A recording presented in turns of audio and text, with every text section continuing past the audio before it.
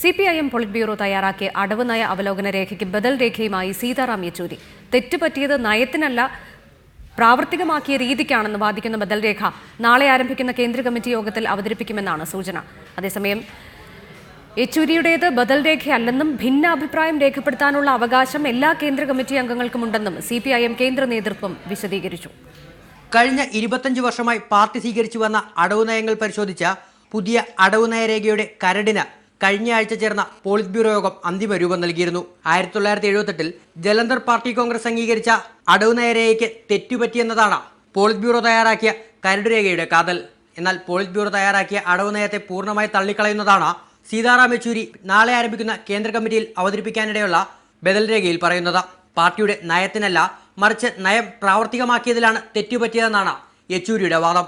കഴിഞ്ഞ 10 വർഷത്തിനിടയിൽ മാത്രമാണ് പാർട്ടിക്ക് സംഘടനാതലത്തിൽ ഗുരുതരമായ പ്രതിസന്ധികൾ നേരിടേണ്ടി വന്നതെന്നും യെച്ചൂരി വിശദീകരിക്കുന്നു.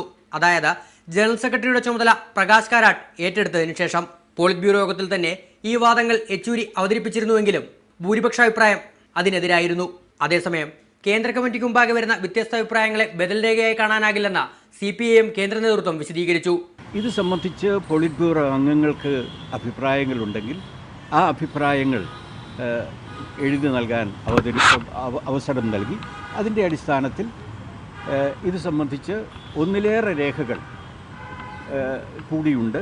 പാർട്ടി അണികളിൽ ഈടാക്കുന്ന ലെവി സമ്പ്രദായം പരിഷ്കരിക്കുന്നതിനെക്കുറിച്ചുള്ള ചർച്ചകളും നാളെ ആരംഭിക്കുന്ന കേന്ദ്ര കമ്മിറ്റി യോഗത്തിലുണ്ടാകും. റിപ്പോർട്ടർ, ദില്ലി.